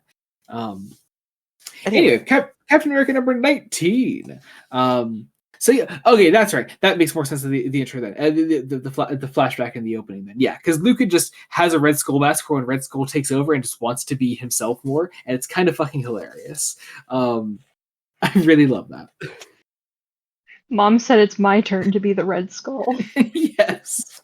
But then we're still fighting the Master Race and these Nazis on this ship. Because Lucan has a plan, and it involves a gala. Mm-hmm. Like, as all great evil plans do. So true. You're not wrong. And basically, Omar says, "Yeah, this is just a distraction. This is just a distraction." You know, there's also a bomb that's the ship's gonna blow up, and we get this fantastic countdown over the course of 2 pages. Yeah, it's pretty great. It also has my favorite written sound effect on the very first page, which is just doot. Doot. Where is that one? It tickles me. It's the very first page. Yeah. Doot. Just doot. I love really creative comic book onomatopoeia. Like, I love when comic writers also consult like social media for like great onomatopoeia to use for a specific situation, and it's great. These are the real things that comic writers think about, and I take solace in that. They've thought about every single one. But yes, this bomb goes off. Cap, Union Jack, and Spitfire escape, and we then go to the next day where... well, first we get a scene of Bucky hearing on the news that his... I think how do you describe the Steve-Bucky relationship? I was just going to say, the amount of times that I've heard all of us catch ourselves about to say boyfriend and... heterosexual life partner. I'm gonna steal from Overly Sarcastic Productions and say heterosexual life partner. God, OSP, my beloved. I said it in the group chat. I will say it here so your listeners can hear it. Steve and Bucky have a relationship in both the MCU and the comics that you could tell me any dynamic is canon and I would absolutely believe it. They're platonic? Sure. They're romantic? Okay. They see each other as brothers? All right. They experimented once and realized that they like guys, but this specific pairing feels weird? All right. And what's even weirder about that, it's all the same author doing it, sometimes in the same issue. Like, yes. Yeah. I choose to believe Brubaker knew what he was doing. Brubaker knew what he was unleashing on the world. Just how straight is Ed Brubaker, I wonder? That I do not know. It's funny too because I was talking about this. I'm watching Netflix's Daredevil while also watching Daredevil Born Again. I'm having an experience. What a wild experience. It's so, especially on Wednesdays when it drops. So I watch that and then immediately go back into season 1 of Netflix Daredevil. Jesus. It's a time and a half. Yeah. But I was telling my friend, we were voice chatting the other night, and I was saying that Matt Murdock and Foggy have the exact same relationship dynamic where you could tell me that any label is canon and I would believe it. Yeah. Jake, have you only seen one season of Daredevil? Am I correct in this? Season 1. Just one season, right, Jacob? Yeah, just one. Just the one, yeah. Okay, just so I'm aware, yeah. Anyway, getting back to Captain America. Back to Captain America. Yeah. Though he and Foggy are kind of divorced right now, so it's true. I know exactly. Here's the thing. You said that. I'm like, I know exactly where you are in season 1 of Daredevil. It's a great plot point. It really is. Yeah. They're divorced. So the next day, Sharon waltzes in to clean up Steve's mess. Because she's just like that, and she's great. And because once again, female characters are allowed to have agency and their own plot lines. And Jacob, come on. We know that's not true. No, We do that. We give women no plot lines, and then we give our one prominent woman a movie after her character has already died. I am a Black Widow apologist, however, comma. It's such oh god, I can't get into that fucking movie. Oh god. I enjoyed the Black Widow movie. I'll say it. I just think it was too late. How much of that was Florence Pugh? I'm just so mad. Yeah. Florence Pugh is the reason that thing is passable. A not insignificant amount, but I do genuinely have fun with it. I'm also just mad at that movie's existence. You're right that it's just it. I liked it. Fight me. Anyway, but yeah, Sharon cleans up her mess and helps them in looking into the shady Cronus shit, and also going after Bucky because I believe are we now aware that Bucky is in London, right? We've been aware since this since the last issue, yeah. I was about to say he talks to an illegal arms dealer and is like, you know where Bucky is, and I know it. Yeah. Which I literally had in my notes because I know Crossbones makes a reference to it, or I think Sin does. I don't know. One of them makes a joke about wasting ammo, and they're like, where we're going, ammo and guns are going to be really hard to find. And then we see Bucky sitting in front of a fucking arsenal. Yeah. I'm like, how? Yeah. My boy, how did you get that? And then they're talking to the illegal arms dealer. I'm like, oh, okay. I was going to say, he has connections. He does. But also I have to wonder how many are willing to help him when he's not, the Winter Soldier. Yeah. So anyway, Steve and Sharon, they're still going after this. This is the arms dealer now, right? Yeah. Okay. Yeah. Sorry. It's like, hey, where's Bucky? You know where he's like, you won't find him. He is like a ghost. I don't know why I gave him that voice. I was going for Russian. I was wondering what that was. I was going for Russian. It went out Italian almost. Why would it be Russian though? Because Winter Soldier my brain contacts. But also, we're in London, Jacob. My brain read it in a very thick Irish. My brain read it in a thick Irish accent when I was reading it. I guess we're putting it with the IRA now. But I don't know. I'd buy it. Yeah, then we see Bucky come so close to seeing Sharon and Union Jack, and he hides away because he doesn't want to be with the people in the outside world. He's scared. He's conflicted. They won't trust him. But he is also kind of a mass murderer and probably wanted in a couple of countries. Yes, but he was also brainwashed, so it's fine. Yeah, but that guy in the first Star Wars movie is just waltzing around. He's just waltzing around in a bar announcing that he's wanted on 10 systems, and I don't know. I feel like Bucky could just do the same, right? If you're going by the MCU's double standard, then no. But yeah. I mean, also all I'm saying, Tony Stark got to have a good PTSD arc in Iron Man. I forget. Bucky Barnes is a fucking senator right now in the MCU. Don't talk to me. I have thoughts and feelings. I need to know who elected this man. I was going to say, I thought Steve Rogers was dead. Here's the thing. I see it. A lot of people hate it more than I do. I don't hate it as much as I could. I am waiting until I see the movie to withhold my judgment. However, it is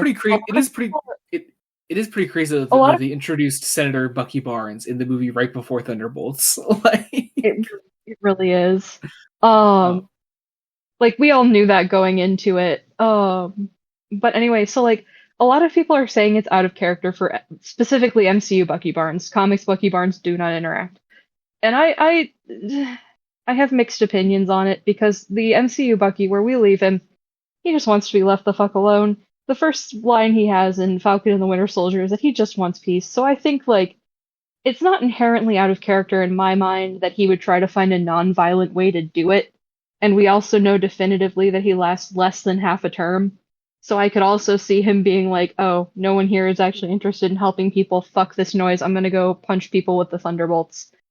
That's my elevator pitch. I have a really long rant about it, but no, I do think it's wild that people were like, war criminal? Sure. Yeah, like very very public war criminal. That's the entire plot of the MCU Civil War. Like Yeah. crazy. Also, I choose Bucky ran as an independent, I but in the way that like, but in the way that like Bernie is an independent. Yeah, I feel I should be. So Bucky Barnes is a Midwestern conservative, is what we're saying. No. All right. Anyway, looping us back around because, yeah. So we have some basically ridiculous uncovering plans that the 21st century Blitz is quite literally a plan to blitz London. Like, again, because it worked so well the first time. Also, on the last page of the issue, it's almost like Nazis are really thin-skinned and man-babies. yeah. Like, it doesn't take a lot. I had a certain voice for this character that I'm not going to reveal publicly. Oh, Jacob, now that you said that, I have to know. Let's just say it's a certain South African. Yeah. Okay. Yeah. You said I had a certain voice, and that's immediately who my brain went to. So that is not I'm what glad we're all my brain went to, but I feel like it should have now. Yeah. Anyway, Captain America number 20. Love this cover. Great cover. Sin and Crossbones are being insane again, and they are at a small airstrip an hour from London. Yeah. So it's like, hey, yeah, we're gonna go kamikaze a gala because again, why insane. not? Cannot stress that enough. Absolutely insane. Here's the thing: they aren't working for the Red Skull, so like, they just happen to be doing this because Steve is there. They're just fucking crazy. I love them. They're beautiful. What were you just saying about Steve Crossbones being in love with Steve Rogers? That too. Yeah, exactly. He's literally chasing him across the world just to find Steve Rogers. It's pretty great. Again, if they put this story slightly to the right, it could be a love story. Yeah. And so Cap and Sharon are on their way to stop the second London Blitz, I guess. Bucky is still going after Lucan. We have essentially a lot of preparation for this eventual attack coming this issue. We have setting up our gala as well, which Lucan/Red Skull is going to be at as well. Is going to be at. It's two people, but they're one person. I don't know what to say. Anyway, we have Cap going after. They can use they them pronouns. Yeah, it's the Spider-Man Venom meme.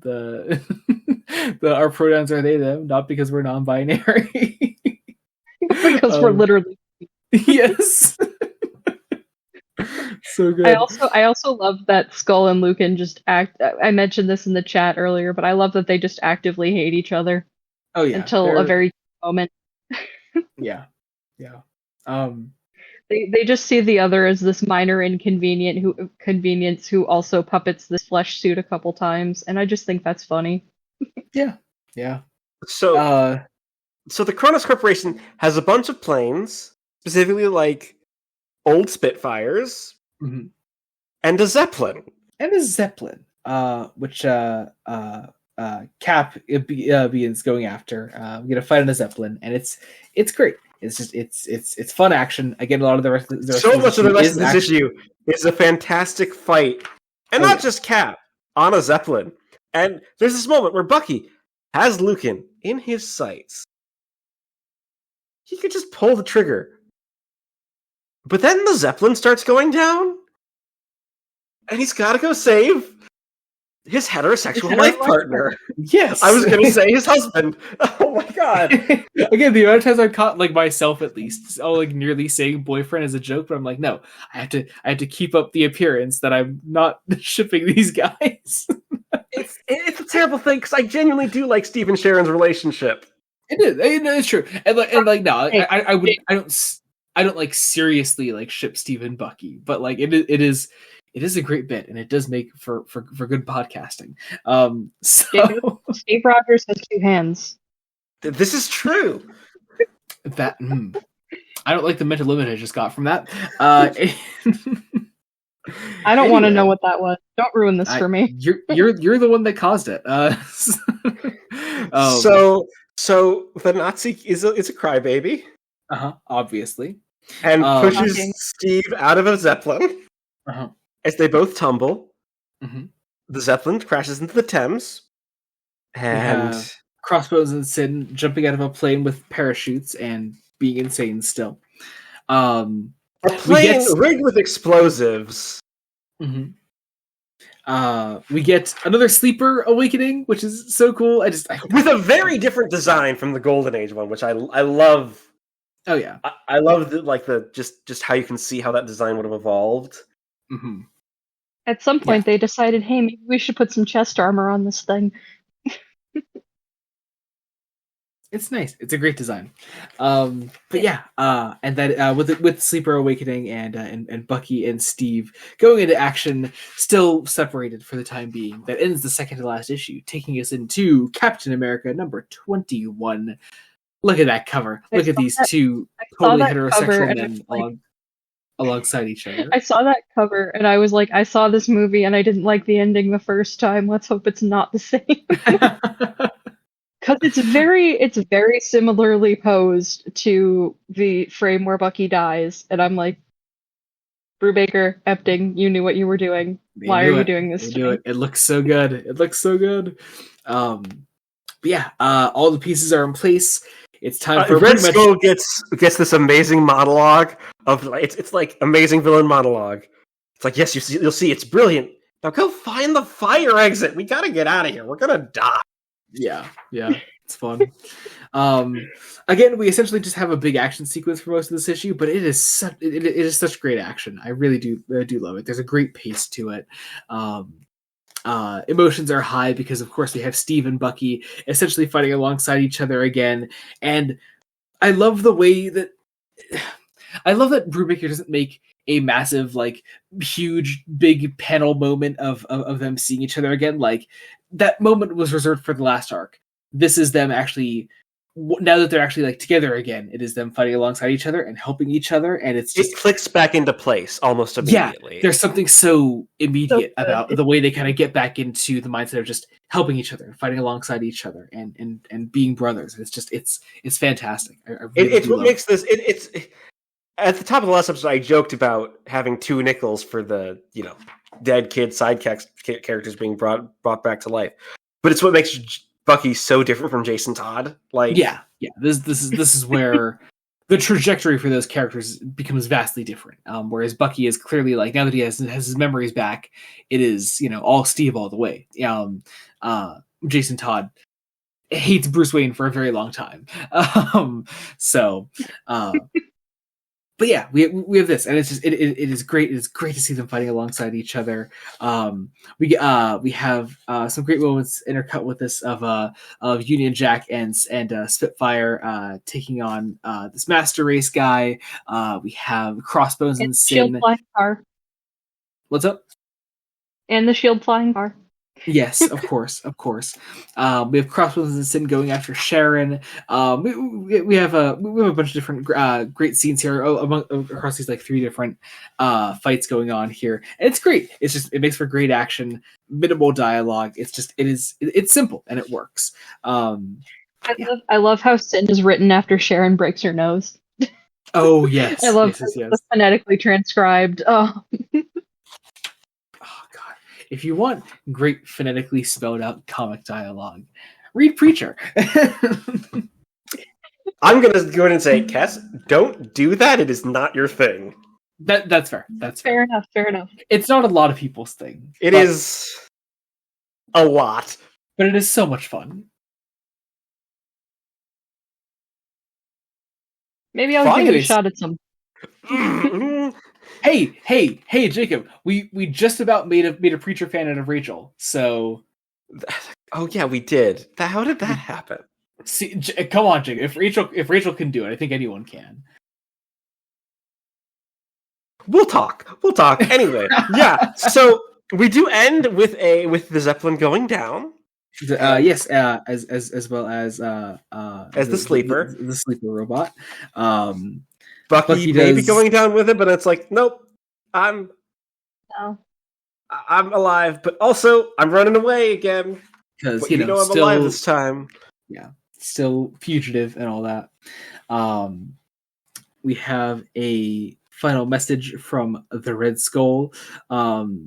Essentially announcing to the world that he is back, and obviously no one being aware that him and Lucan are the same person, because Lucan is playing the philanthropist. That it's like, we got to get rid of superheroes, and I was about to say, and this is that one throwaway thing where it's like, oh hey, Civil War is coming.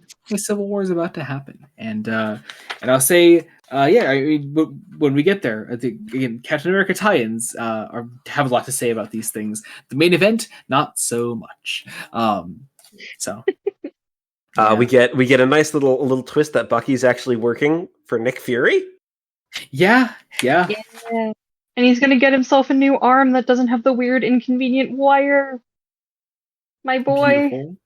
I bitched about the Winter Soldier arm design last episode. I won't retread it, but it feels like it get in the way. There are definitely some panels where Epting just doesn't draw it, like straight up is like correct. Yeah, it's anyway. And also we end with the big tease that all three of our villains are now working together. Don't you mean all four, Jacob? I was going to say all four. Yes. Yeah. Essentially, Red Skull has Lucan now working alongside Crossbones and Sin, and it's great. It's exciting. It's fun, and that is Captain America: Red Menace in under 2 hours, Jacob. Look at us go! I'm surprised. Go. To be fair, we've done 8 issues in far less time than under 2 hours. But still, this is still pretty impressive. This is still impressive. I mean, here's the thing. We've had some 8-issue episodes where it's just the two of us, where it does get close to 2 hours, depending on... It's true. It truly does depend on the content. So, there's that. Speaking of content... sorry, go ahead. Sorry. Oh, no, you go ahead. I know last time we were talking about MCU Bucky having the sleeper code things. I remembered something earlier this week, and I forgot to put it in the group chat. He does actually have exactly one sleeper code word put into his brain in the comics. If he hears the word Sputnik, he will fall unconscious, which seems extremely inconvenient. That it is. Like, imagine you're just like walking around the Smithsonian, and then just lights out. You just go unconscious. Yeah, that's fair.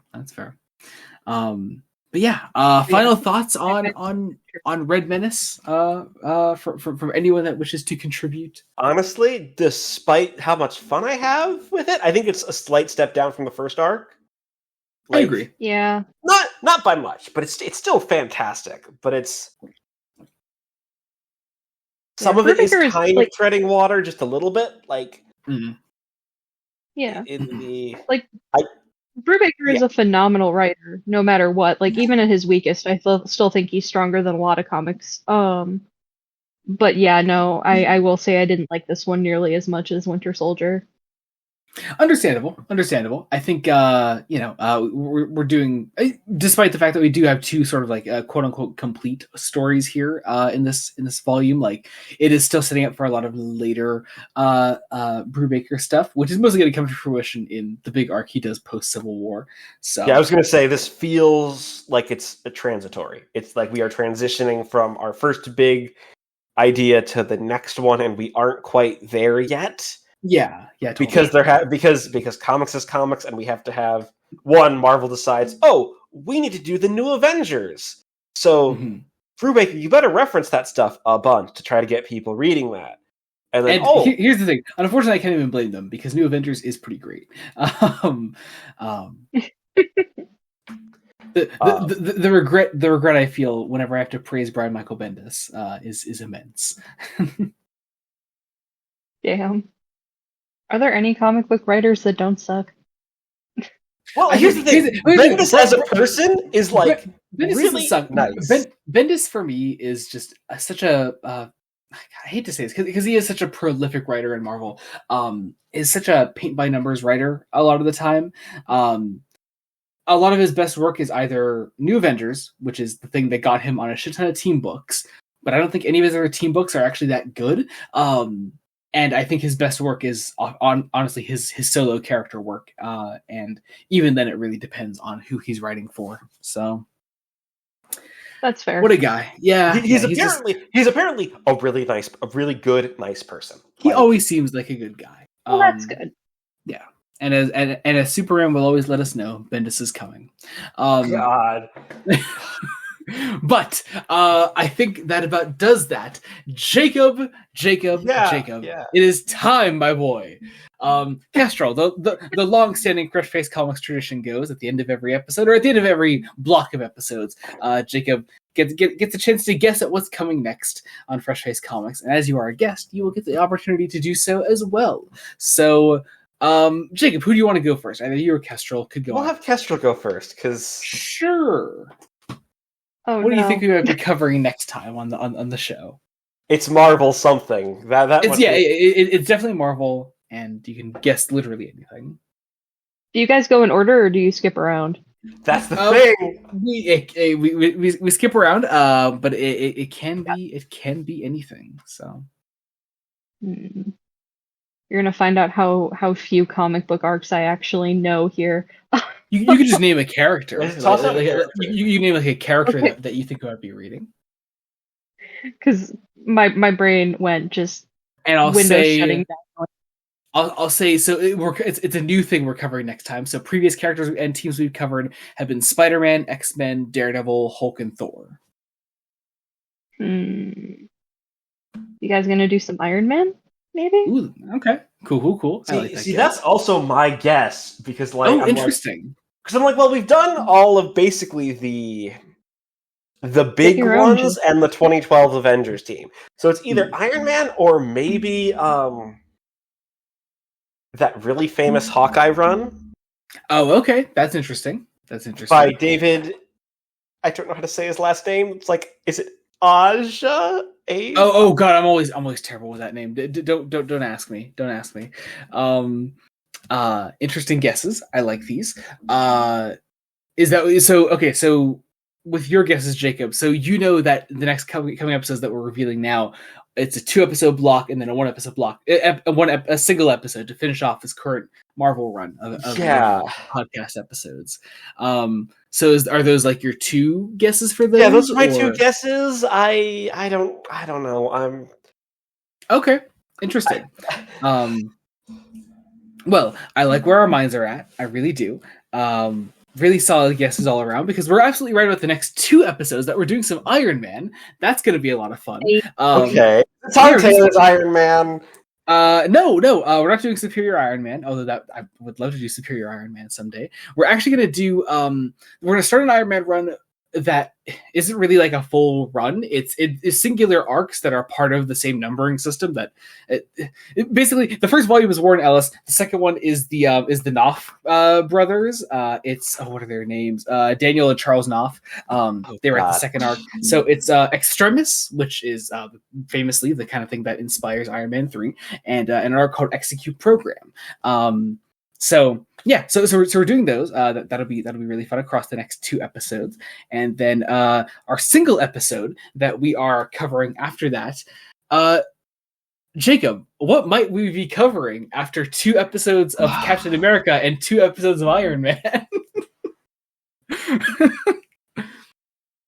Are we doing Civil War? We're doing Civil War!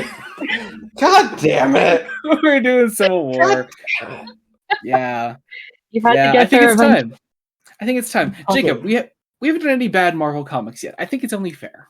God, do we double guess because it's a crossover and get Kestrel back? Oh God, that could be fun. So for those that don't know, what we're trying to do is we're trying to get Mason, good friend of the podcast, Mason, over on the next 2 Iron Man episodes, and he was going to be on Civil War as well. What we could do, Kestrel, if you're interested in, is we could have you on Civil War as well when we do that, and have our guests from our Captain America and Iron Man episodes. That will be on chaotic the as Civil all War hell. episode. It'll be That could be. I'm That could so be down. I'm so down. That would be fucking insane, and I would absolutely love that. So that's an idea. All right, sweet. Oh God, that's gonna be fun. Okay, sweet. Fantastic. You're usually good weeknights, Kestrel? Yeah. Cool, because it'll probably be a weeknight. Okay. We'll talk scheduling later. Scheduling later. So yeah, Iron Man and Civil War, all kinds of fun things, and then we're moving on to the final 5 episodes before episode 100 of Fresh Face Comics, which will be a 5-episode DC block, and I'm so insanely excited about that. The fact that we are in the home stretch to getting to episode 100 is still absolutely mind-blowing to me. I cannot believe that we're here, and I'm so excited to share all this with you, and it's just it's lovely. It feels lovely, and I enough of all the sappy shit. Let's do some promotions. Jacob, what do you have going on right now? Okay, I have my blog. I